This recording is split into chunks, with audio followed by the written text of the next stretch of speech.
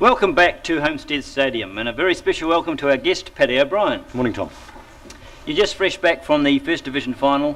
From a spectator view, it looked like a fantastic contest. What was it like to control? Yeah, very hard to start with because both sides, of course, being a final, were having a go at each other. But once we got on top of it, it was an outstanding game of rugby, and Auckland just showed what a great side they are. And Counties never gave up, so yeah, a great way to finish the season. Did you bring back some secrets that we can catch on to for next season? I'm not sure what the secret is to take on Auckland, Tom, but for the other sides, yeah, hey, I think Southland's going to be right in there.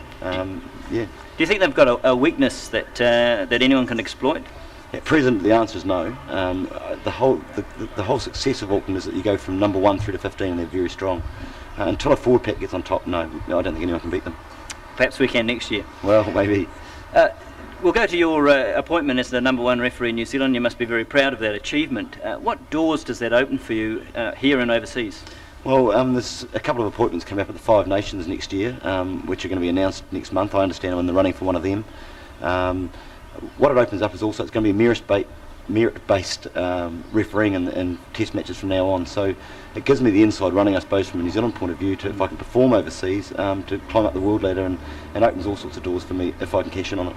Are you likely to return to Hong Kong? Probably not, unfortunately. Hong Kong this year was absolutely fantastic, but no, that's the sort of thing we share around, and I would think another New Zealander from the international panel will do the sevens in Hong Kong next year. Interesting thing we picked up from here is one of the commentators mistook you for a player because you were about the only one keeping up with the ball in one of those games. You must have a lot of self-discipline. You don't have a team to train with. What do you do in the way of preparation for a season? I'm probably lucky in the fact that I have got speed, natural speed. I wouldn't say I'm the fittest referee, and I struggle at the beep test, which is the endurance side of it. I've been very lucky this year with Keith Robertson, the Southland side, and on the Mondays and Tuesdays I can go out with them and train, and actually took my beep test rating way up. So, I take a lot of credit to Keith for doing that and allowing me to train with his side. But then on other days, just got to go out and, as I say, I'm lucky in the fact that I've always had leg speed, so I've just got to keep it up and make sure that I don't lose that, because once I lose that, then I'll be in trouble. Everybody talks about how it's a tremendously long season for the players, but it's equally so for the referees, isn't it? Yeah, it is. We haven't got an off-season this year. We've got the sevens coming up shortly. We have briefings for Super 12. We've got the top 10 briefing in December. Then if I happen to be one of the referees going overseas, it's a month in January through to February.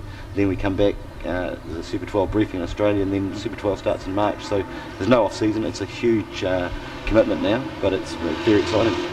The law changes that we've witnessed over the last couple of seasons have opened up the game fantastically, especially to people, non-rugby type people who've enjoyed the entertainment factor. What can we expect in the next few seasons in terms of changes to the game? Hopefully they won't tamper too much. I think we've just about got the recipe right. The only thing they're going to do, as I understand it, is substitutions, which will mean that it will be quicker again, which is another bit of a worry for the referees.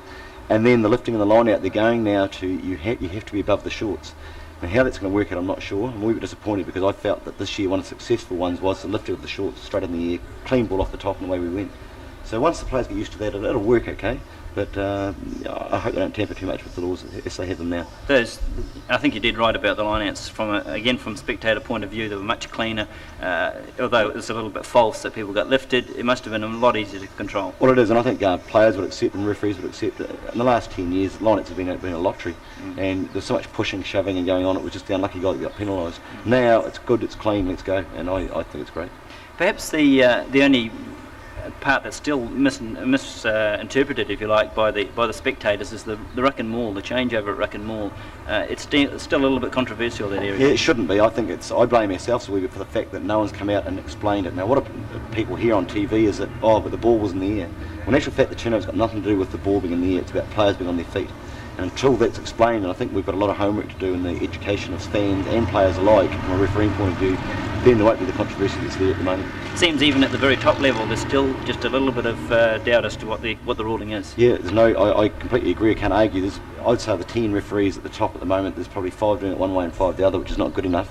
I know that in Wellington they're going to address it, but it is a simple law, and if it was taken simply, I can't see why we're getting it wrong. Okay, well, thank you very much for coming along, Paddy. It's just been marvellous to have you here, and we wish you all the very best for the 1997 season. Yeah, thanks very much, Tom. Cheers. Okay, before we go, we're going to take a look at events coming up in your region in the next week.